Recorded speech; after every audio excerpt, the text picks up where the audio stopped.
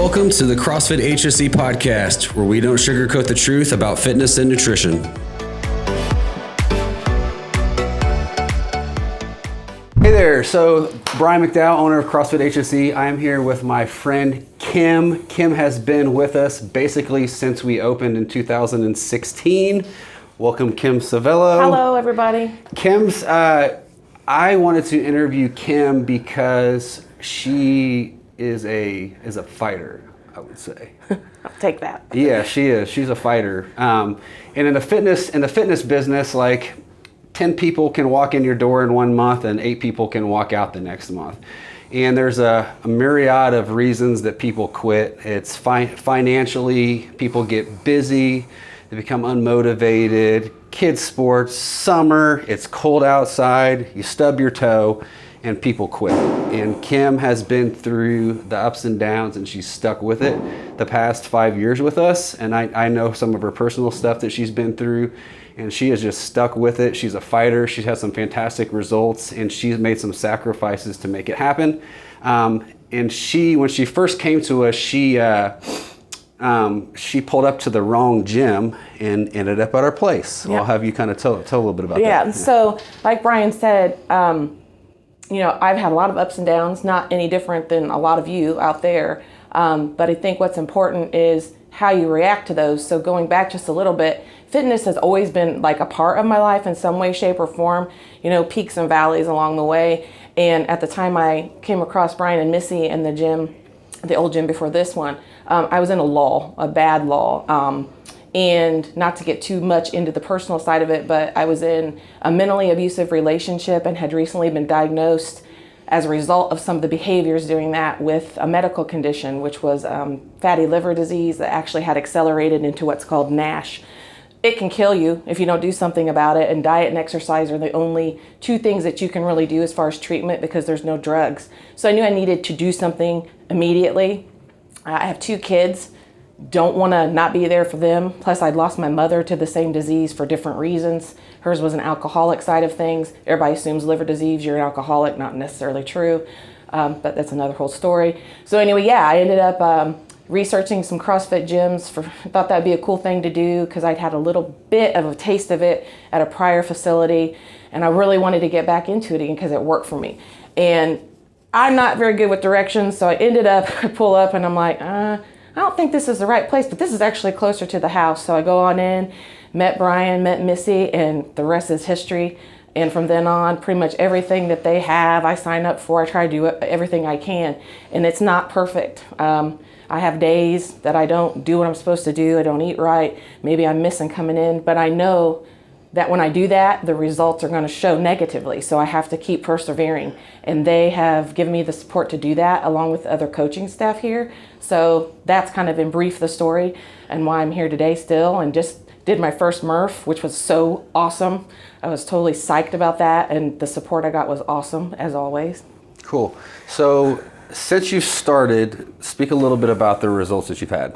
I don't have all the data with me. I almost thought about bringing it because I don't know if you can see back here, this in-body is like my friend and my worst enemy at the same time. But I was about 30 pounds heavier, which I understand, like you think, well, it's been a long time you've been here, it's only 30 pounds. But if you could see the pictures of how my body composition has changed and how much muscle has been built and the fat loss, that's to me what really matters more than the number on the scale. So, weight was 30 pounds, but the percentages of the numbers where they need to be, they're going in the right direction. And that translates over into the medical aspect of things where liver enzyme levels are at normal, and that's big for me. So that is a motivator, definitely. But I like to do my check-ins with my friend over here with the support of the team periodically to stay on track. And I've done the nutrition counseling. I've done body armor. I do that now on Saturdays. I did the gymnastics classes. I'm trying to think what else.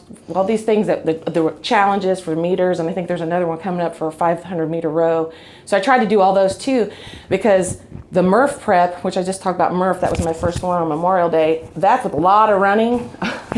I used to run track. I used to like running, not so much at 47 years old, but we have to do things that make us uncomfortable because comfort's your enemy. When you're comfortable, you're not pushing yourself, and it's always scary to do new things. but I keep trying to do that, and it does take a little bit of nudging sometimes for me to do it because I'm a little shy, believe it or not. But they give me the right kick in the butt to do those things. So it's awesome. It's worked well for me. The results are showing both medically with the numbers there and here as well. Cool.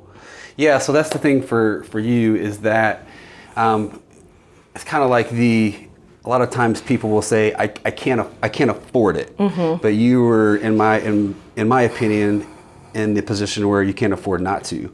And not only did you just sign up for a little bit, just about anything and everything you can possibly sign up for that we offer, you do that. You know what I'm saying? So that's one of the reasons I chose you, is because you make financial sacrifices and time sacrifices in order to pursue your health and fitness. So It's been really cool to see. It's rare. Thank you. There's other people in the gym that do it too. Yeah. But more often than not, there's excuse making that happens. Right. And I would assume that sometimes those things pop up in your head, right? Right. You know what I'm saying? Right. So when those excuses come up of where you feel like quitting, you feel like giving up, you don't feel like making it to the gym, what's your thought process there? The thought process is I try to think about the day after when I don't do what I should do, how I'm going to feel then. Because I'm going to feel worse for not doing it. So I just try to keep the discipline. I think you wrote an article or posted something about motivation versus discipline. And if I have it wrong, you can correct me. But the thing that stuck out to me about that is the discipline. You just do it anyway. Yeah, you're not. You might be more motivated one day versus the next, right? You might be more pumped up to come to the gym if you're feeling good and had a good day. But it doesn't matter how you feel. You have to stay disciplined and come in. And am I perfect? No, I'm going to keep saying that. I am not perfect. But I've increased how often I come to the gym. It was a good hard 3 days a week. Some weeks I'd miss. And then I'd come in here wondering why I'm not seeing any results. And we would have a heart-to-heart talk about that. And we would talk about other, going more a little bit in with the finances to get the unlimited plan and all these different things. So it all factors in. Yeah, none of us really have the money to per se invest in that. But then when's the last time you went out to eat? Yeah. What'd you spend on dinner? How many Red Bulls did you buy this week? Or, how many? $100. Right. I mean, I was doing that and I don't drink those anymore. Yeah. And Missy can tell you why, because of what's in them. Yeah. I do other things that are better for you for that. But I mean, even just those little things, like if I made you a list of all the things that I did and then put the equivalent, that's the better version, to me, that is what gets me motivated. And when I have those moments like you're talking about where I don't feel like coming, I have to sometimes sit down and go, hold on. So you're going to take all that and all those accomplishments you made and just start a trend going down? No, don't do that. Just get up and go. And it's easier to do that than to think of excuses not to. So most of the time I win, but sometimes I don't. But we all have a bad day. So what would you tell someone that is, well, two things first. A, that feels like they're frustrated and they want to quit. What would you say to that person? Don't ever give up on yourself. That's the worst thing you can do, because you might feel like quitting today. But I guarantee if you come in and get the support of everybody here, you're going to feel better. You're going to maybe feel bad coming in, but you won't feel that way going out. That's like that every day for me. I did not want to come here today to work out because I was so sore. Literally, I was having to walk down the stairs once with both feet, Couldn't sit down to go to the bathroom this morning. And I'm like, you just need to go. Just go, it'll feel better. And I feel a lot better. You just have to get rid of that negative self-talk. It's your worst enemy. It can also kind of push you and drive you too, depending on how you react to it. Yeah. But the community is the short answer. The community here is going to help you feel better about those feelings. And the more you work out, the better you feel too. Yep. Get the whole chemical dopamine thing. You got it. Yeah, so, yeah. Definitely. And then for the person that is potentially on the outside looking in, trying to make a decision to start a fitness program, they're on the fence, what would you say to that person? Don't wait, because I don't know if you've ever heard the saying, bad news doesn't get better with age. Yeah. So like in my situation, do you think I would be, it's rhetorical, better off or worse off with my liver than I am now if I had done nothing? I could literally be dead. Worse off, for sure. I could be dead. And if I had waited, we wouldn't have made the progress we've made together. So don't wait. It's not, seize the day. Do it now. What are you waiting for? Yeah. And financially, I'm sensitive to that. I do have some financial challenges because I have 2 children I'm supporting on my own. And a lot of people have those kinds of challenges, or one's worse than mine, and I get that. But if you really sit down and take inventory of things and think, where can I cut? I did it. I cut cable, I cut landline, all those things. You add them up and you're like, well, shoot, that's like 200. There you go. It's not as difficult as you think. And you make things a priority that you really want to be a priority. And aren't you a priority? Definitely. I had to say that to aren't you, Kim, a priority? Where are your girls going to be without you? Fantastic. So, yeah, that's one of the questions I ask. my why. At the end of our no sweat intros, we do consultations. We ask, on a scale of 1 to 10, how important is your health to you? 10. And usually people will say a 10. Occasionally somebody will say, I want it to be a 10, but now it's at a 6. But that's the thing, is like we can say that it's a priority, but we have to put feet to that. You gotta put action to it. You know what I'm saying? Yeah. It's like, oh yeah, my health's a 10.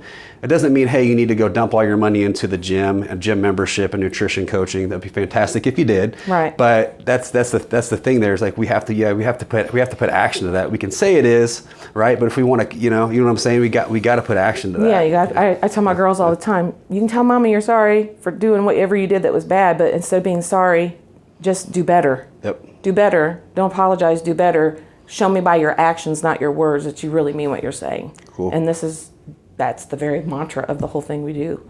Action. Right on. Yep. Cool. All right. That's all we got for today, Kim. Well, thank you, I love sir. You. Thank you. Thank you. Love you, You bud. got it, girl. Thank you for listening to the CrossFit HSE podcast. Check out the show notes below to learn more. We will see you again next week.